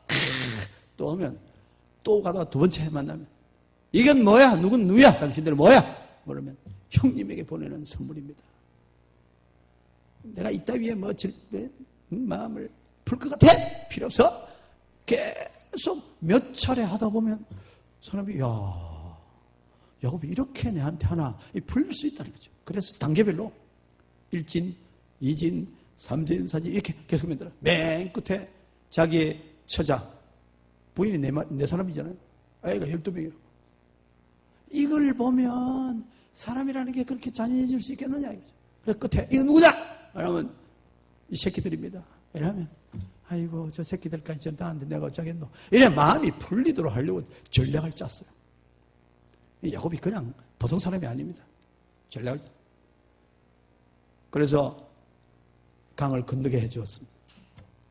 다 건너가고 자기는 안 건너가는 거라. 왜요? 그래도 화를 안 풀고 이러면 혼자라도 살아남아야 되겠다 이거예요. 야곱은 혼자라도 살아남아야 돼. 재산은 벌면 되고 마누라는 얻으면 되고 새끼는 낳으면 되고 뭐가 문제냐 이거 뭐가 문제냐. 내라도 살아야 돼. 그래서 혼자 강을 안 건너고 강 이편에 있고 다른 사람 다 보내. 이야 야곱 한번 보세요. 보통 사람 아닙니다. 자기의 뜻을 이루기 위해서는 무슨 일이든지 하려는 야심찬 사람이에요. 야심찬 사람. 근데 이건 사실은 이게 야망이 아니고 욕망이 될 수 있습니다. 욕망이. 근데 야망이 이걸 왜 야망이라고 부르느냐. Boys be ambitious. 야망을 가져라. 비전을 가지라. 목표를 가지라. 선한 일을 도모하라. 그런 야망이 어떻게 야망이라고 할 수 있느냐? 어떻게 했습니까? 자기 모든 지혜를 다 짜서 그렇게 살궁리를 하고 난 다음에 야곱이 하는 일이 뭐냐? 그것만 했으면 강저편에 숨어만 있었으면 그는 개인의 욕망을 이루는 사람으로 지탄받을 것이지만 그 한 일이 뭐예요? 기도합니다. 하나님, 내가 할 수 있는 모든 조치를 다 취했습니다. 형님 마음을 놓기 위한 모든 조치를 다 취했는데 그래도 될지 안 될지 모르겠다 이것입니다. 자기 생각해보니까 내 같으면 안 되겠거든. 자기 생각해보니까 그거 갖고 좀 받아 먹는다고 되겠습니까? 지금 통째로 장자권을 다 빼앗겼는데 그게 되겠습니까?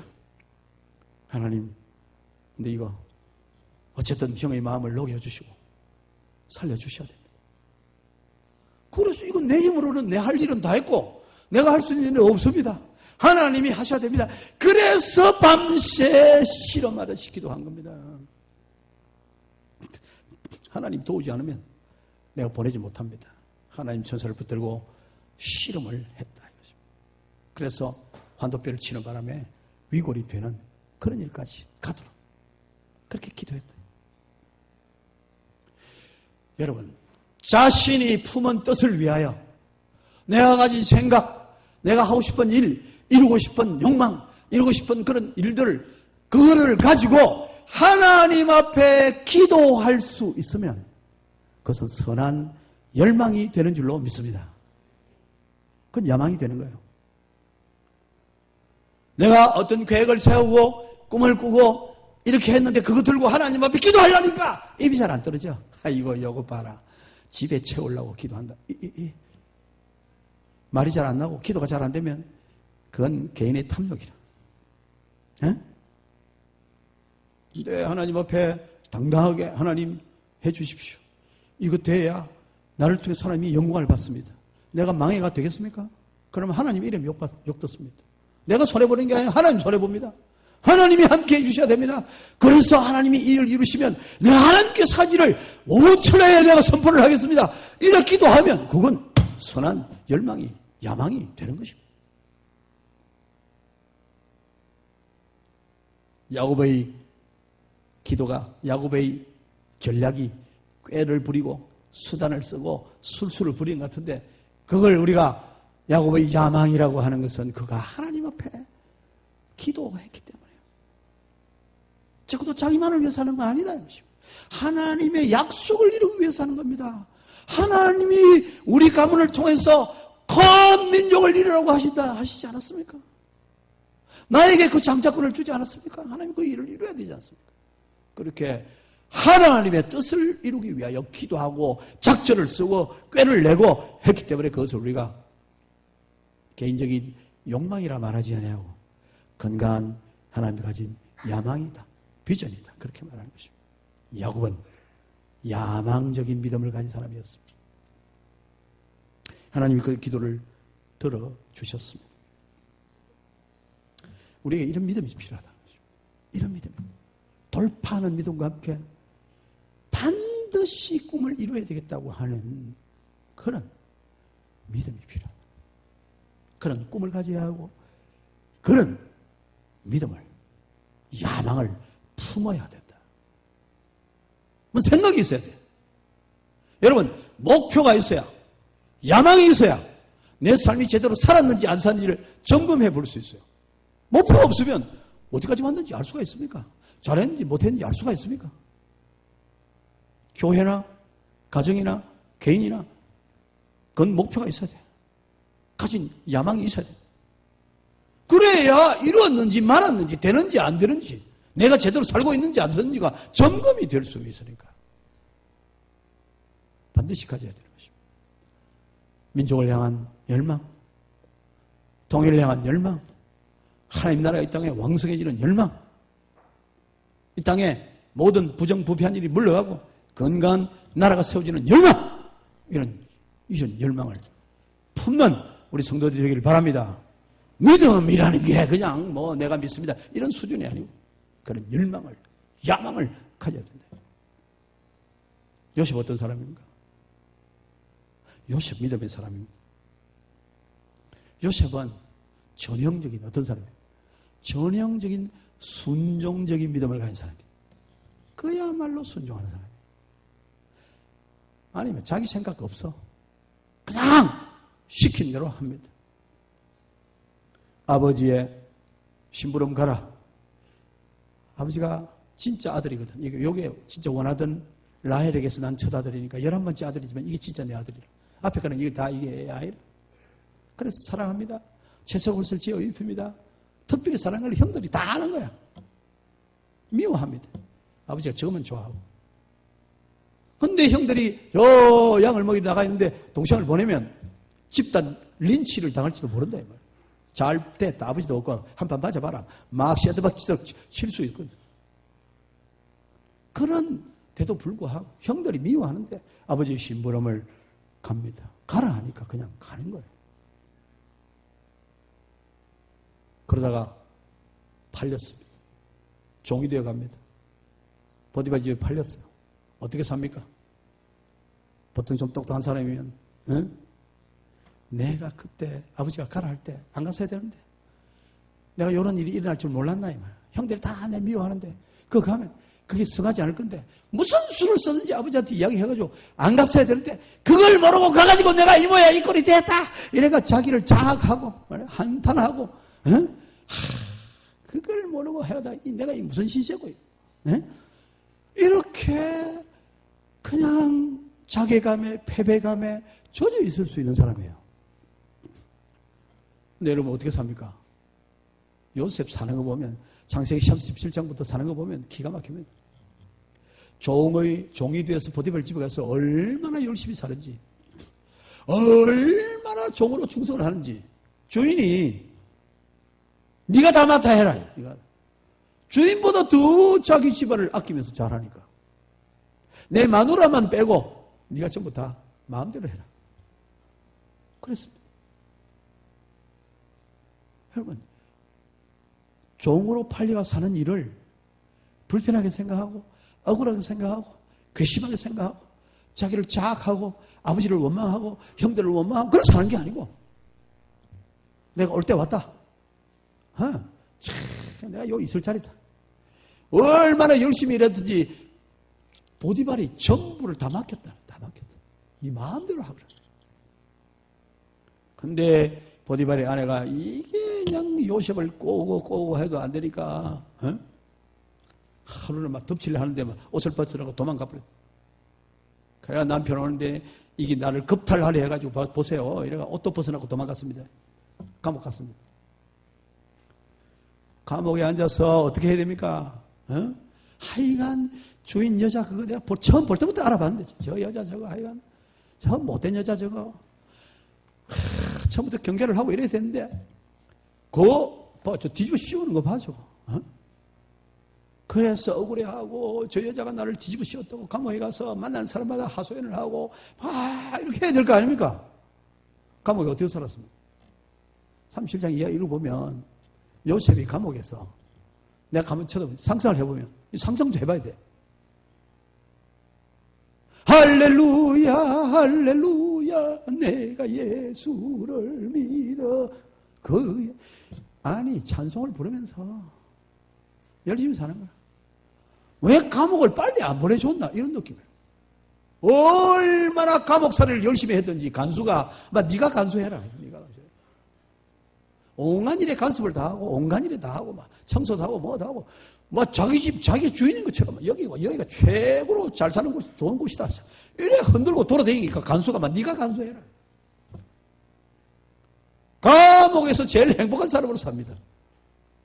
제일 한탄스러워하고 불행해하고 원망하고 해야 될 건데 아버지가 가라 하면 가고 형들이 팔면 팔리고 종군 하라 하면 종군도 열심히 하고 감옥 가도 열심히 살고 아이고 이 감옥이 천국이다 이러면서 열심히 살고 주어지는 모든 환경에 그저 감사하고 순종하는 사람 믿음입니다. 그게 믿음이에요. 요셉 같은 믿음의 사람이 될 수 있기를 바랍니다. 불평을 찾으려면 한도 없어요. 밑도 끝도 없어요. 응?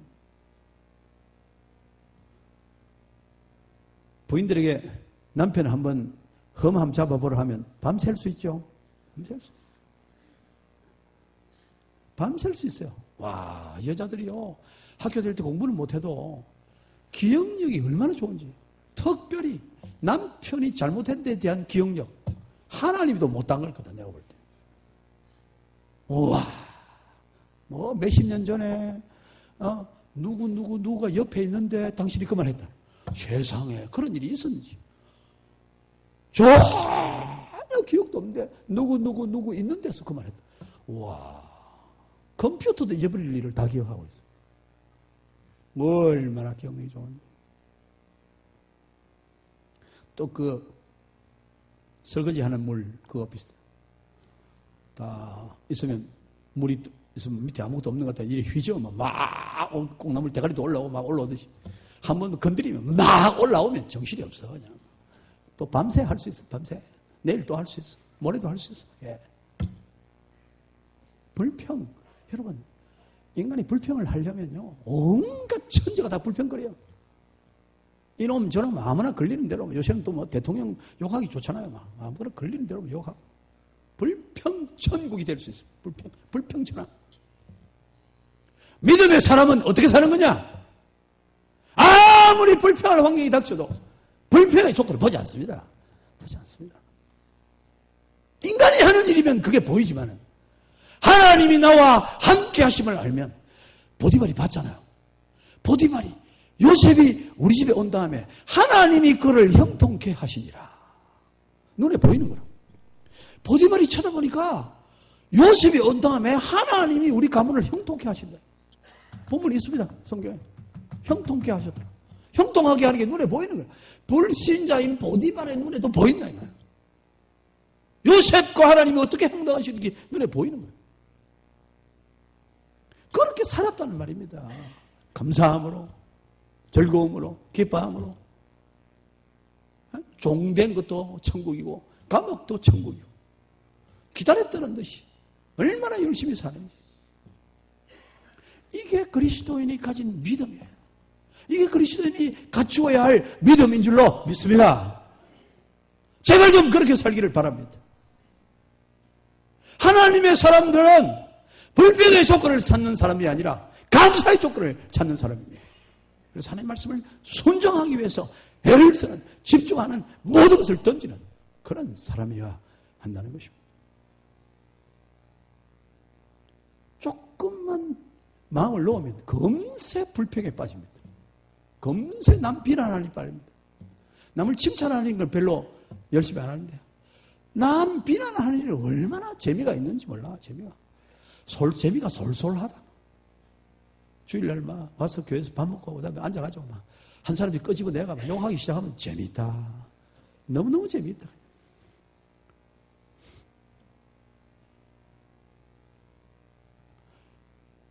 내가 처음 왔을 때 우리 교회 원로 장로들부터 해가지고 앉아가지고 방을 하나씩 나는 대접한다고 방을 줬더니 앉아가 불평하고 앉았나. 내한테 연락이 왔어요. 목사님, 원로 장례식 그거 없애세요. 왜? 그 아자가 온갖 불평을 다 하고 있습니다. 놓고만 내가 욕을 해야 되는데 자기들이 앉아가 불평을 하고 있다. 막 공사하는 바람에 없어져 버렸습니다.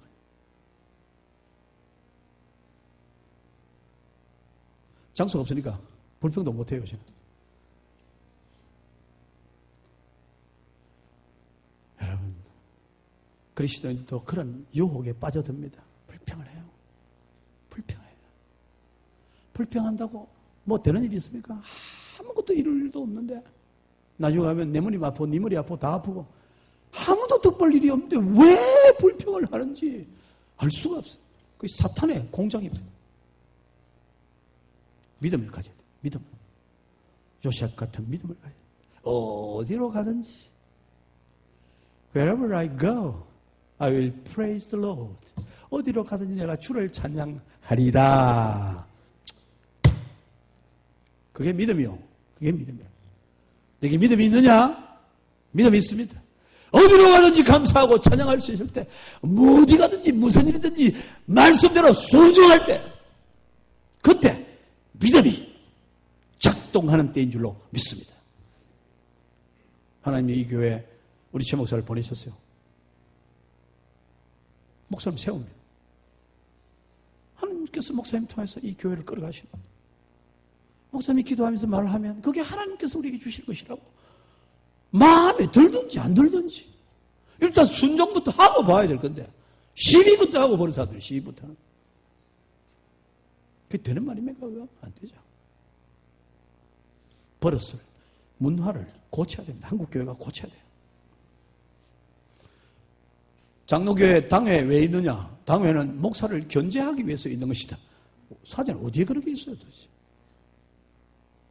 제가 가니까 우리 교회 장로들이 그렇게 알고 있더라고. 당회는 목사를 견제하는 것이다. 집사 때는 뭐라 했었더니 왜 장로 때니까 입을 다물고 아무도 안 하고 목사님 시킨 대로 다 하노? 이런 장로들을 공개하는 집사들이 있더라니까.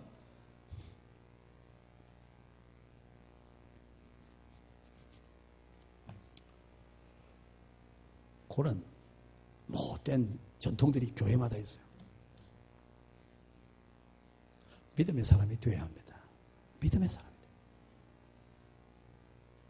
안 될 일에 도전하고 하나님 나를 위해서 야심만만하게 살아가고 하나님의 말씀이 주어지면 무조건 순종하고 하나님의 영광을 위하고 하나님 뜻이 나타나는 겁니다. 무조건 순종하고 감사하고 기다렸던 듯이 감옥이든 어디든 기다렸던 듯이 가서 최고로 열심히 살아버려가지고 감옥을 천국으로 바꾸는 죄수가 간수가 되는 종이 주인이 되는 그런 역전의 모습을 만들어내는 것이 믿음인 줄로 믿습니다. 그런 믿음의 사람들이 되기를 바랍니다.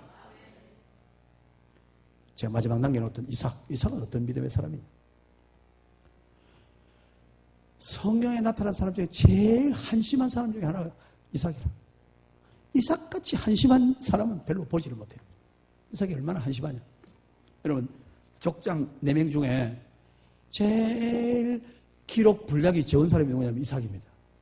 이삭은 창세기 25장 26장 여기 조금 나옵니다. 조금 나오는데 그것도 막 시시해. 26장 27장 창세기 26, 27 이게 이삭에 관한 겁니다. 이삭은 정말 독특한 사람이에요. 이삭은 보통 사람과 다릅니다. 이삭이 그러면 한 일이 뭐냐? 믿음의 사람, 믿음의 족장이라고 하면 뭐 한 일이 있어야 되고 무슨 열매가 있어요. 뭐가 있어야 될 거예요.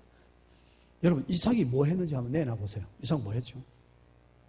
이삭은 뭐 하나님 앞에 내놨습니까? 아브라함, 야곱, 요셉 내놓을 것이 말이 있어. 이삭은 뭐야?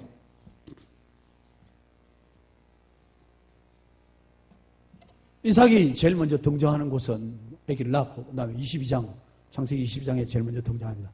뭐로 등장하죠? 창세기 22장은 뭐로 유명합니까?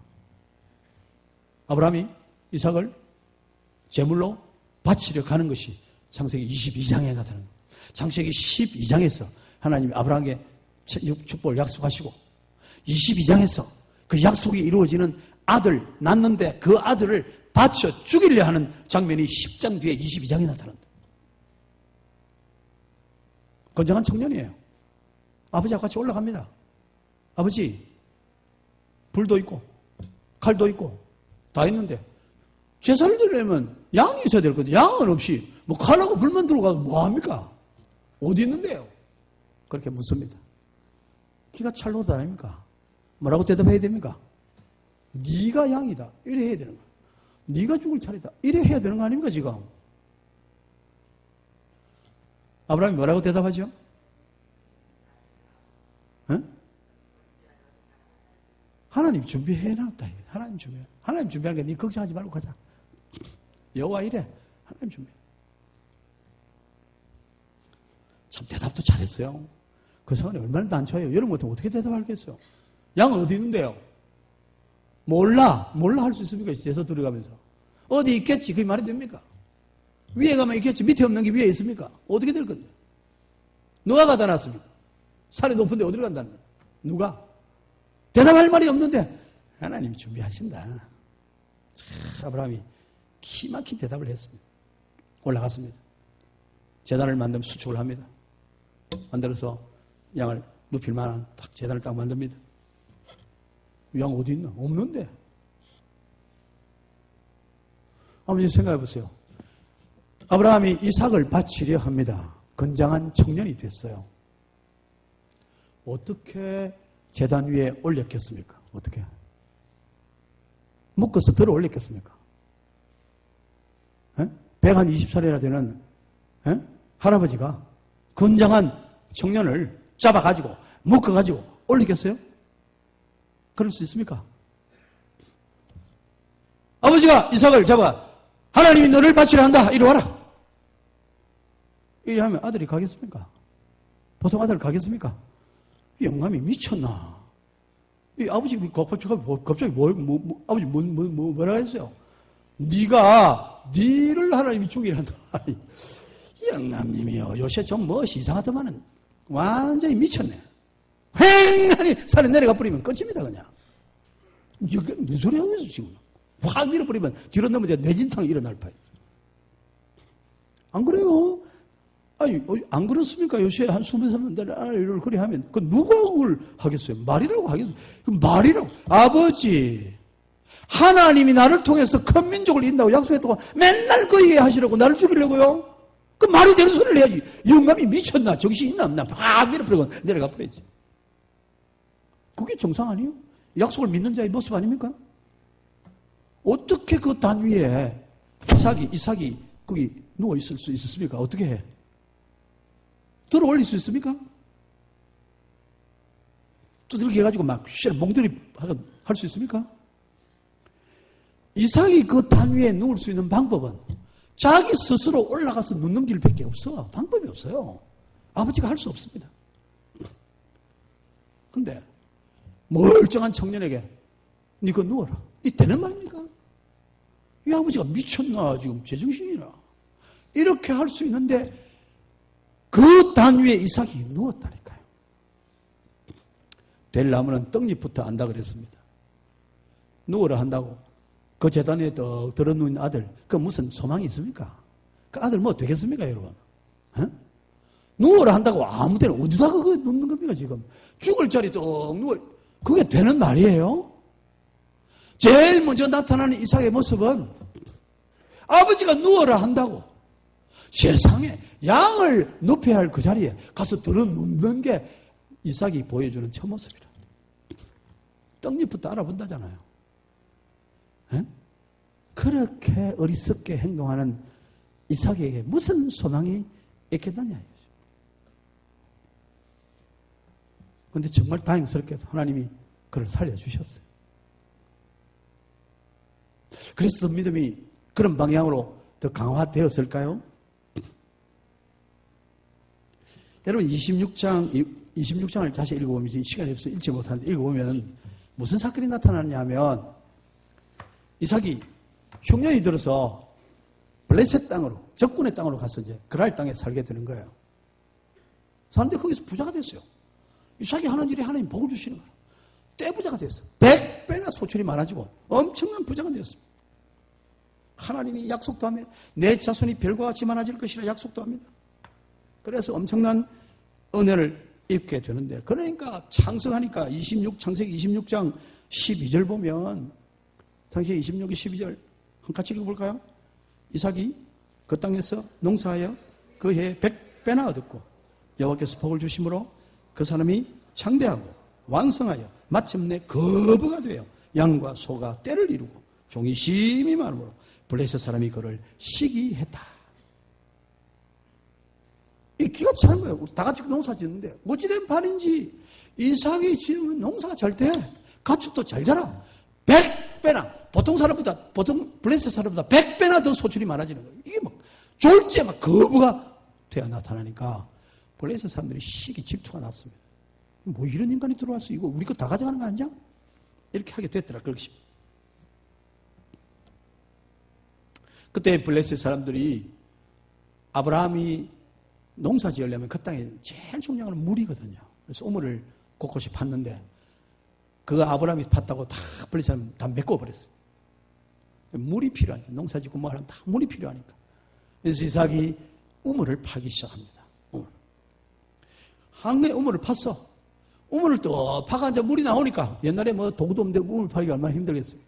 파서 물이 잘 나오니까 블레셋 사람들이 쓱 와가지고 이거 우리 거다. 그래.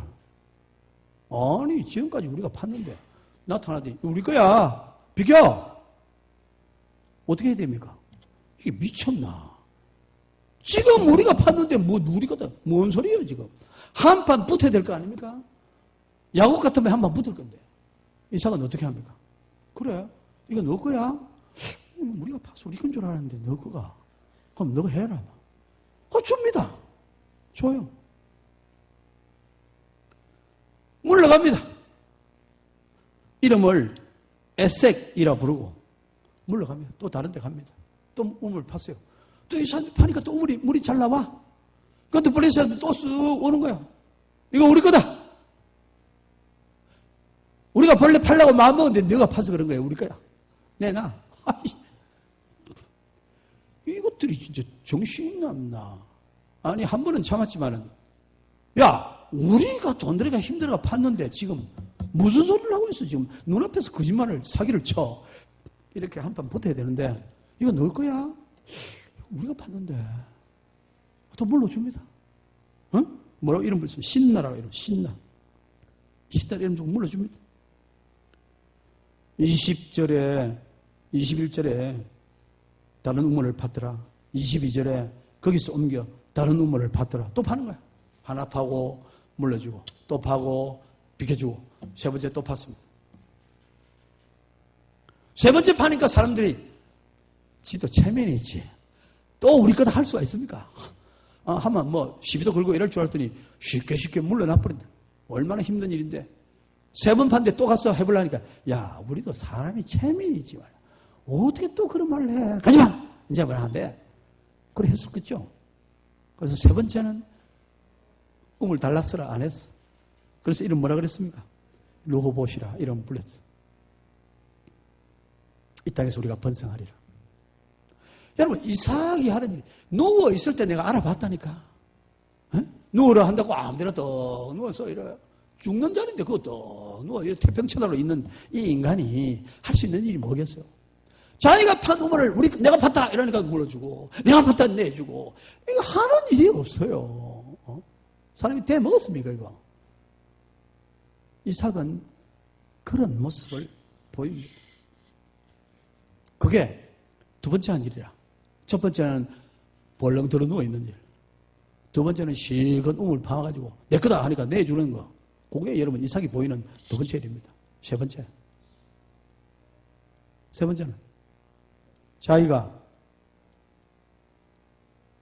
참 하나님의 은혜로 태어났는데 그 자기 약속의 자녀고 축복할 권한이, 가장들에게 축복할 권한이 있는데 야곱이 어떻게 합니까? 형님의 자리를 뺏기 위해서 어머니하고 합작을 해가지고 형님 옷을 입고 털도 붙이고 이렇게 해가지고 아버지하고 에서 형님하고 둘이 약속을 해. 오늘 내가 배워보니 사냥해가 맛있는 거 가져오라. 그럼 내가 하나님이 내게 부여하신 장자에게 주는 축복, 그걸 내가 오늘 축복 기도를 해주겠다. 성경에 여러분, 부모가 자녀에게 축복할 수 있는 권한 주셨어요.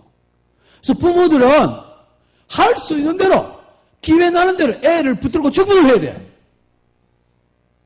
저녁에 자기 전에 자고 있더라도 들어가서 아이들을 누르고 축복 기도를 해. 이게 권한이에요, 권한. 하나님 주신 권한이에요. 아버지들이 특별히 자녀들을 위해서 축복 기도해야 돼. 안수하고 축복 기도하는 이 권한입니다. 부모가 축복하고 또 축복하는 거기에서 자라면 그 아이가 어떻게 되겠어요? 저주하는 아이가 잘 되겠습니까? 축복하는 아이가 되겠습니까? 가만히 놔두는 아이가 잘 되겠습니까? 뻔하잖아. 그래서 하나님의 축복을 해달라고. 그렇게 소개가 형님 모습을 해가지고 형님 이래가지고 들어가서 형님 사냥한 사이에 얼른 만들어가지고 아버지 들어갔단 말이에요. 여러분 이삭이 어떻게 했습니까? 누구냐? 에서입니다. 벌써 잡아온 거야? 떠난 지 얼마 안 됐는데? 아이고 오늘 하나님께서 얼마나 순종에 금방 잡히게 해가지고 그렇게 아버지 드리려 하니까 금방 잡혀서 가져왔습니다. 그래? 이상하다. 목소리 들으니까 야곱 목소리 같은데? 제가 애써 맞습니다. 만져보세요. 그 형님 옷을 입고 이런 형님 냄새가 난다. 손을 만지니까 저 가죽 옷을 입었거든. 딱 변장을 어머니가 잘 시켰어. 그 이상하다. 이리 빨리 올 일이 없는데. 이상하다. 목소리가 야곱 목소리인데. 이상하다. 그러면서도 여러분 야곱의 거장 있는 대로 축복을 다 해주고 말았다. 축복하고 내버리고 조금 있으니까 형님이 왔습니다. 에서가 들어도 아버지 잡아오세요. 뭔 소리고 이거 지금. 야, 니 누구야? 제가 누구라니? 에서 아닙니까? 아니 와서 내가 벌써 축복 다 해주었는데 니 누구야? 형님 금방 동생에게 속은 줄 알았어. 이 괘씸한 놈. 근데 여러분 이삭 한번 생각을 해봐요. 벌렁 죽을 자리 떡 누워있죠. 무덤 움을 파가지고 내 거다 하니까 다 내주죠. 이런 성격의 사람이냐. 그러니까 이삭에게 아들이 몇입니까? 아들이 달랑 2개라. 아들 달랑 2개라 2개. 눈이 좀 나이 들어서 어두웠겠죠. 그렇지만은 사냥한 고기를 먹겠다. 아주 식욕이 왕성해. 아주 건강하다는 말 아니요. 사냥한 고기를 먹을 사람이 얼마나 건강한 사람이야. 그런데 아들 2개밖에 없는데 그 아들이 큰 아들이 작은 아들이 분간도 안 돼요? 그 무슨 아버지가 그런 아버지가 다 있어. 그걸 속인다고 속아? 목 조금 입고 이렇게 했다고 그걸 속아요? 탁 보면 아는 거지.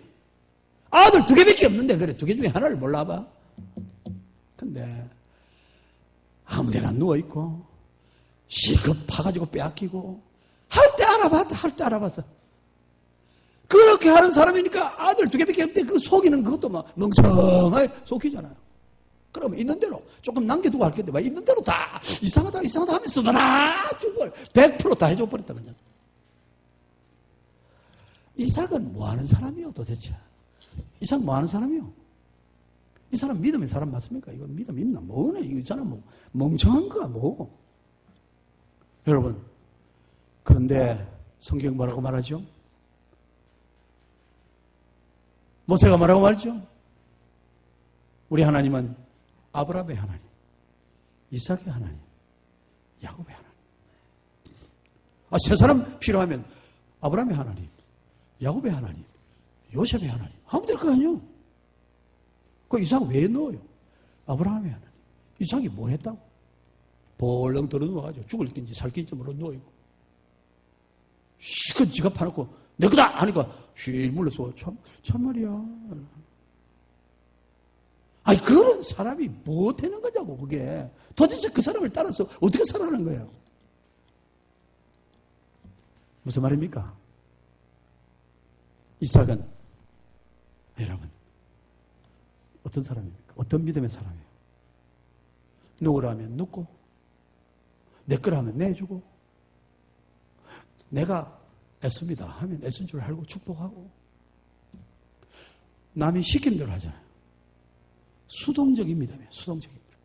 하나도 자기가 스스로 뭐 하는 게 없어. 스스로 아버지가 누구라면 누구, 불러준 사람이 내 거라면 주고, 야곱이 가서 축복해 주세요 하면 해주고, 자기가 뭐 하나도 하는 게 없어. 남이 시킨 대로 그냥 하는 거야. 그냥 꾸벅꾸벅 따라서. 수동적입니다. 능동적이라 자기가 스스로 먼저 하는 게 아니라 남이 하면 그냥 뭐 그런가 보다 하고 100% 믿고 따라서 해주는 수동적입니다.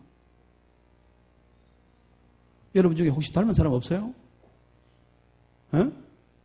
뭐 해보라면, 아이고 목사님 내 이름 부르기만 해보세요. 나는 막 갚으린다. 내가 이 교회 떠납니다. 절대로 말하지 마세요. 나는 막 있는 치 없는 치 뒤에 다 가만히 앉아있을 테니까.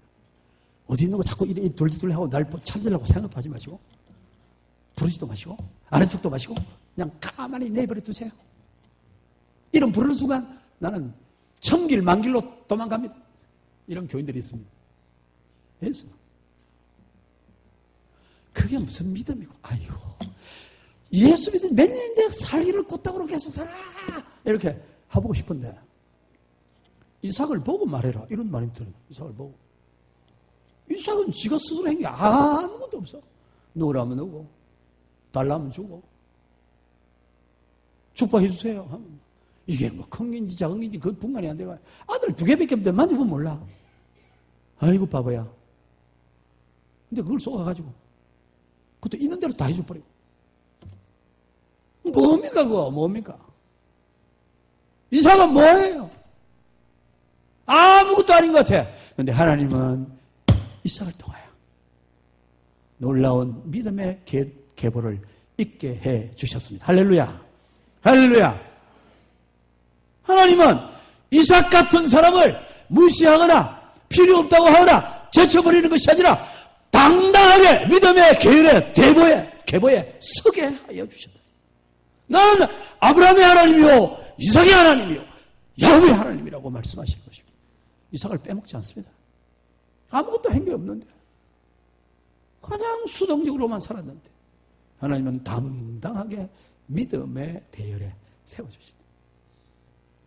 멋진 하나님 아니에요? 하나님 멋집니다. 하나님 멋지지 않으면 내가 하나님 따라다니겠습니까? 내가 안 따라다녀. 아이고 한서 싸가지도 없고 이러면 내가 따라다니겠습니까? 얼마나 멋지다. 세상에 이삭을 아브라함의 하나님, 이삭의 하나님, 야곱의 하나님 하나도 써먹을 게 없는데 이삭은 써먹을 게 없어. 닮아갈 게 없어. 여러분 내게 남처럼 도전적이고 공격적이고 야망 있고 이런 모든 일에 절대 이래 안 돼도 그냥 어리숙하게 이 말하면 이 말 듣고 저 말하면 저 말 듣고 뭐 천지도 모르는 사람처럼 사는 것 같아도